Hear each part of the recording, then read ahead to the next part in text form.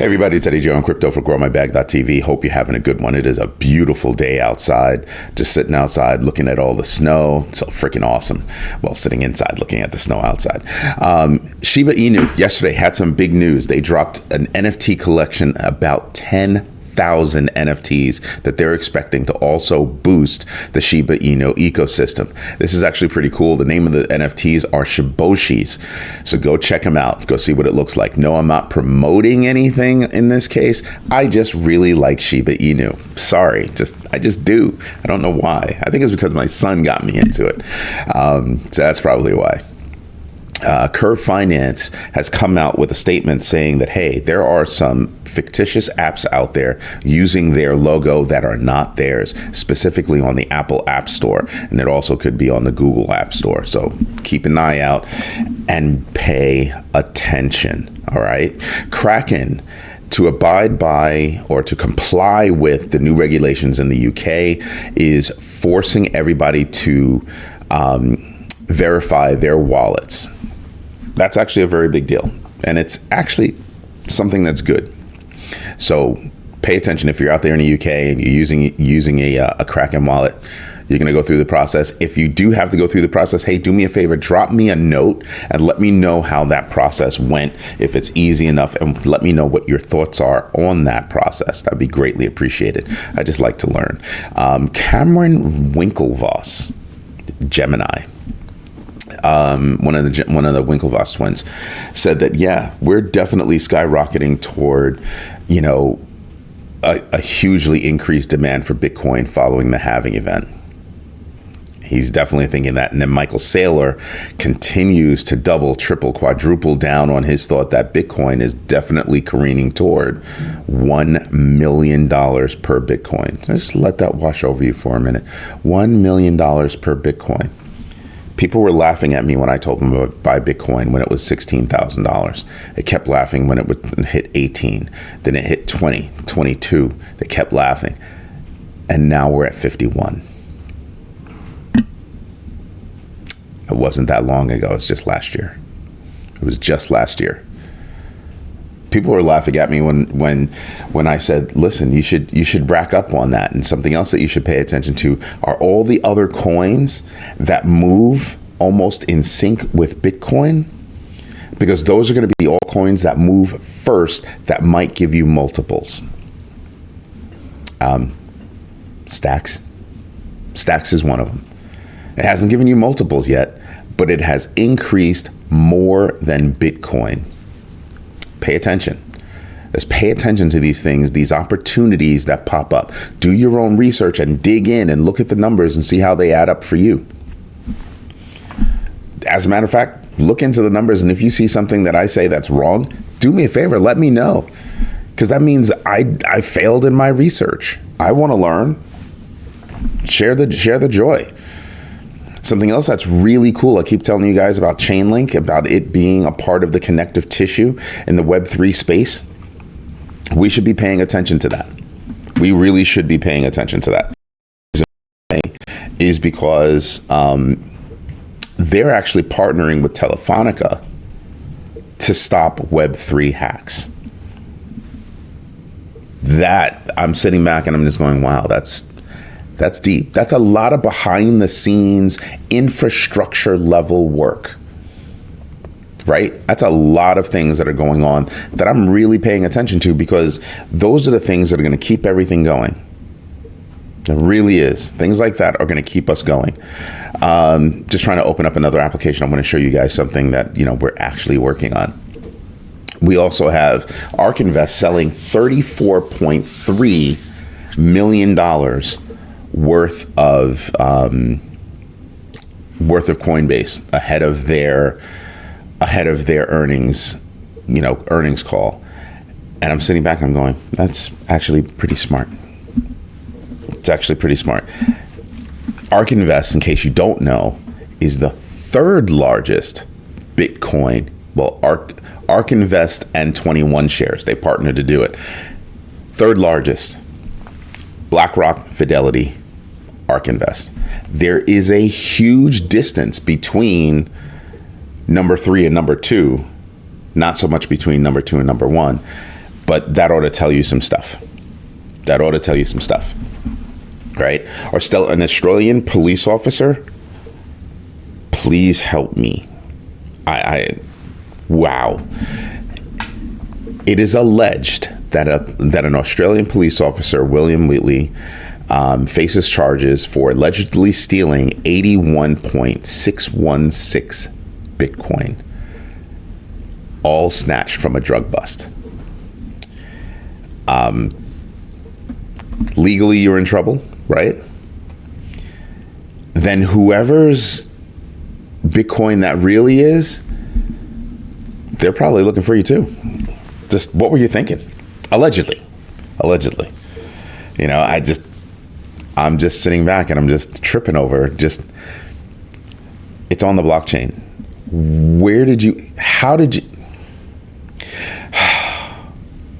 How did you not think that you were going to get caught? You just thought that, oh, nah, this is going to be easy. Boom, boom, boom. Yeah, nah, buddy. Nah, that's not how it works. Somebody lied to you. So that's going to be interesting to see how that plays out. I'd like to see how he got caught.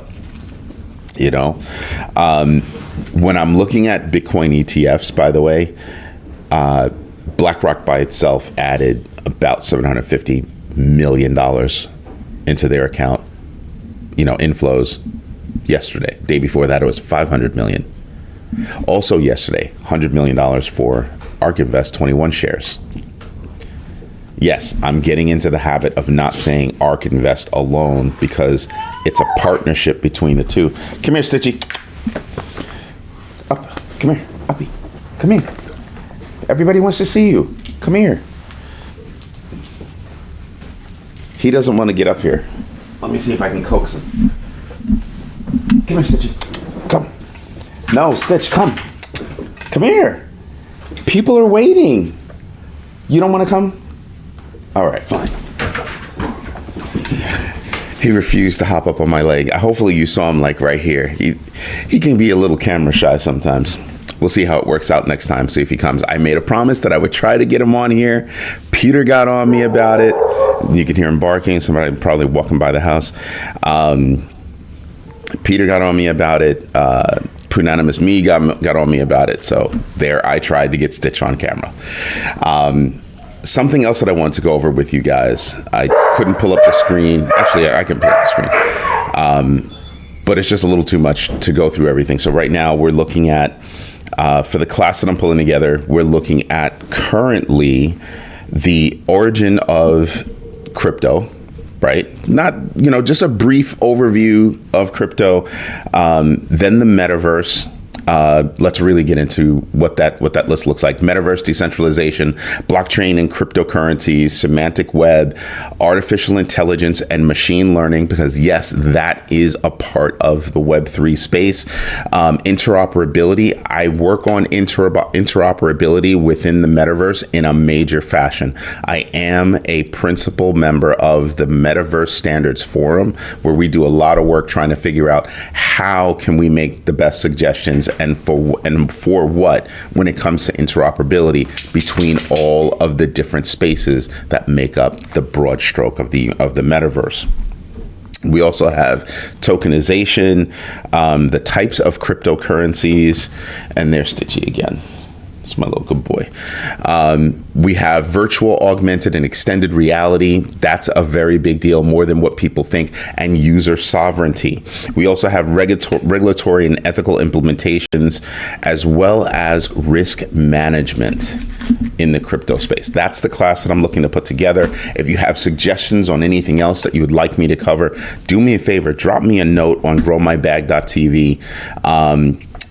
Another note, somebody asked me to look into a coin, and I'm not going to say the person's name because I'm actually not pleased about it. I've been asked about this particular coin previously, and it seems like somebody set up a new account to do the same thing. I am not going to waste my time doing any kind of research on a coin that doesn't have verified information on a known listing service. Like, CoinGecko or CoinMarketCap, Live Coin Watch. I need to be able to look and see that they have verified the information.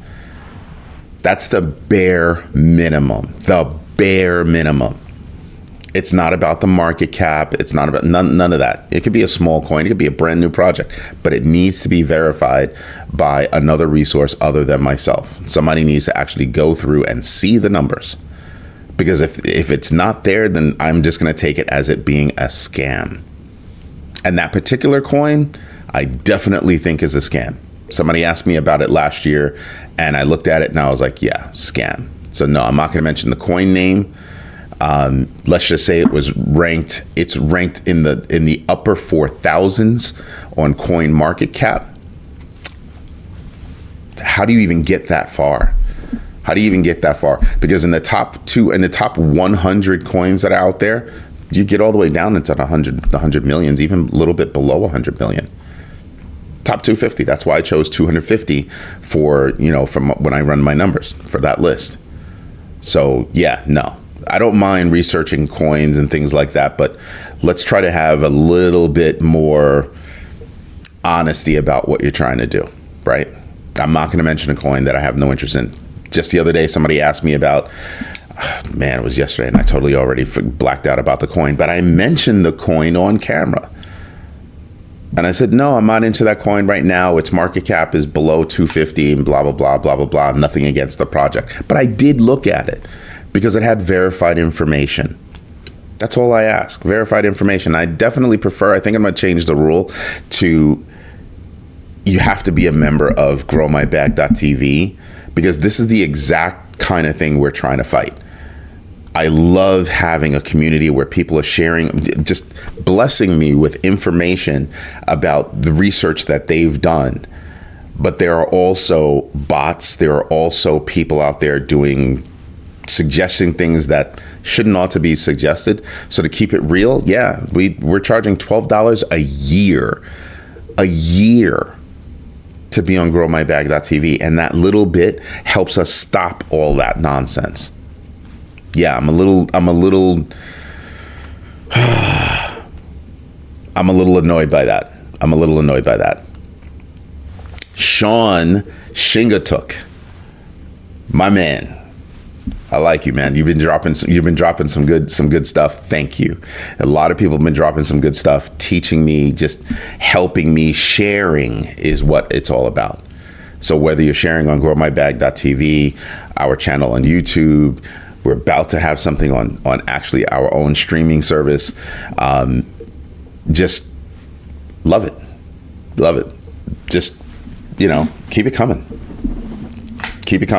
Let's go over the numbers real quick because there are a couple of things that I want to review. So let's go do that. Those are my notes. So right here, you can see, not so much going on. I mean, you stop literally in the top three. That's it. Everybody else is 5% and below.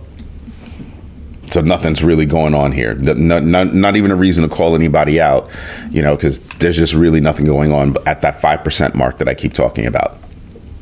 Over here, you have, I've never heard of GX Chain, never heard of them, but they're just below that $250 million mark. Not something on my radar, but something I'm paying attention to because they're up 1,000%. But whatever, not for me.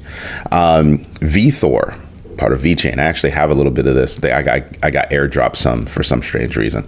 Up at $357 million market cap. Not bad. VeChain with that whole deal with Telefónica, with Walmart. Really cool stuff going on over there. There's VeChain itself up 29%. We're talking 24 hours, up 29%. So, the news is starting to hit everybody. Stacks is up another 13%.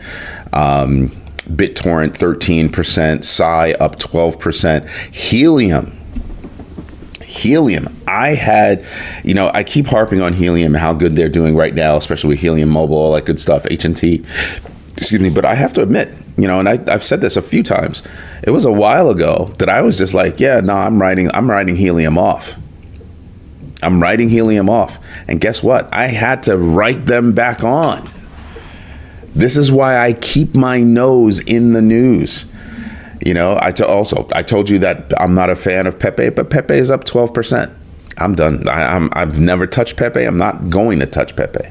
That all the scandal that's going on over there, I don't know what's specific about them. Like, yeah, no, I'm good off that. Jupiter happens to be up 9. Beam happens to be up 9.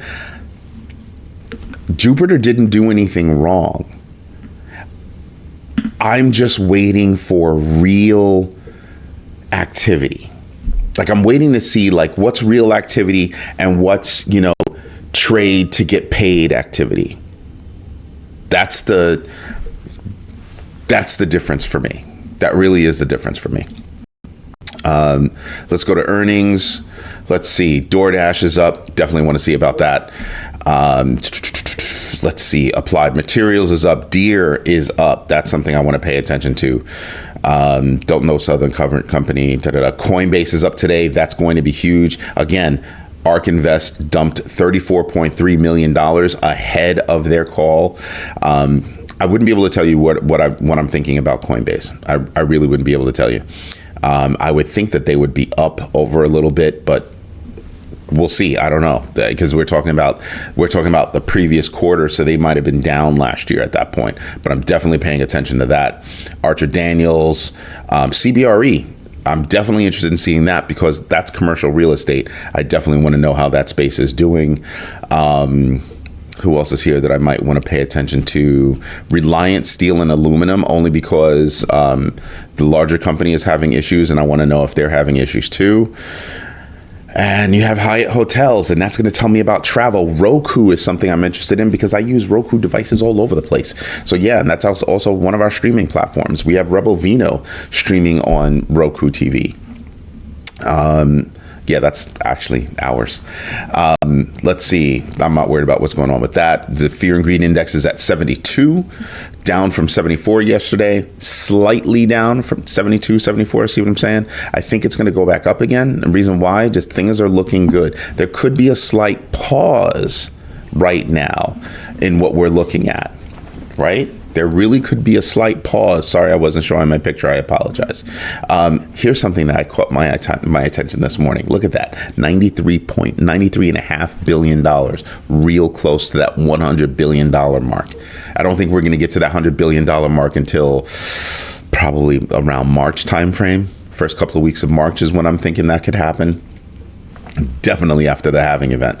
And look at where we are right now. 52,354 is where we're at.